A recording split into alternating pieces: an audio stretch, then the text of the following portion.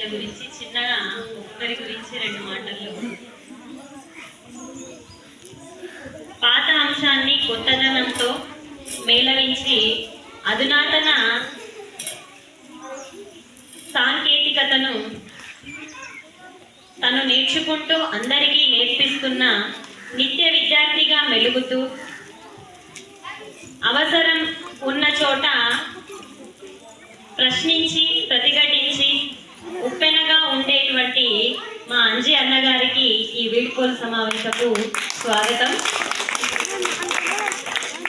అలాగే గౌరవనీయులు సౌమ్యులు ఆర్థిక క్రమశిక్షణ మార్గదర్శకం చేసినటువంటి గోల్డెన్ హ్యాండ్ అయినటువంటి మా ఇంటి పెద్ద దిక్కు అయినటువంటి వెంకటేష్ అన్న గారికి ఈ వీడ్కోలు సమావేశపు స్వాగతం.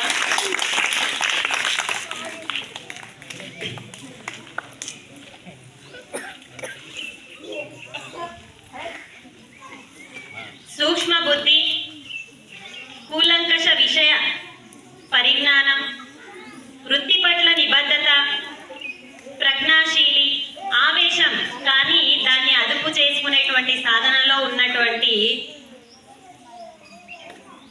సాధన కలిగినటువంటి రామదాస్ సార్ గారికి, ప్రవచనకర్త అయినటువంటి నా ఉద్దేశం ప్రకారము ఎవరైనా మంచి మాటలు చెప్పాలంటే సార్ దగ్గర కూర్చుంటే సార్ మాటలు వింటున్నా, సార్ హావభావాలు చూస్తున్నా ఇంకా వేరే విషయాలు మనం ఏమీ గుర్తురావు, సార్ చెప్పేది అట్లా వింటూనే ఉంటాం.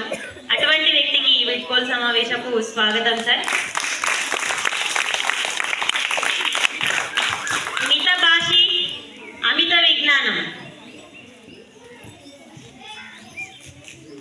అతి ముందు చూపు, సమస్య సాధన నేర్పరి, పరిస్థితులకు తనకు తగ్గట్టుగా మార్చుకోగలిగే నేర్పరి, విద్యార్థుల అమిత ప్రియమైన గురువు, మంచితనం కలిగినటువంటి లోకేష్ సార్ గారికి వీడ్కోలు సమావేశానికి స్వాగతం సార్. మంచికి మారుపేరు, స్నేహానికి నిలువెత్తు రూపం, ఇతరులకు సమస్య అని చెప్పగానే సహాయం చేసే గుణం, సమృద్ధిగా కలిగినటువంటి వారు, అనుభవం ద్వారా జీవిత పాఠాలు నేర్చుకున్నటువంటి మంచి వ్యక్తిత్వం ఉన్నటువంటి దస్తగిరి సార్ గారికి ఈ వీడ్కోలు సమావేశపు స్వాగతం సార్.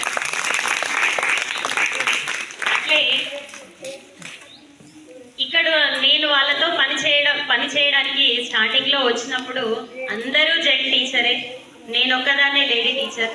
ఇంతకు ముందుకు 2.5 సంవత్సరాలు కేశంపేట మండల్, హైదరాబాద్కి దగ్గరలో, షాద్నగర్కి దగ్గరలో కేశంపేట మండల్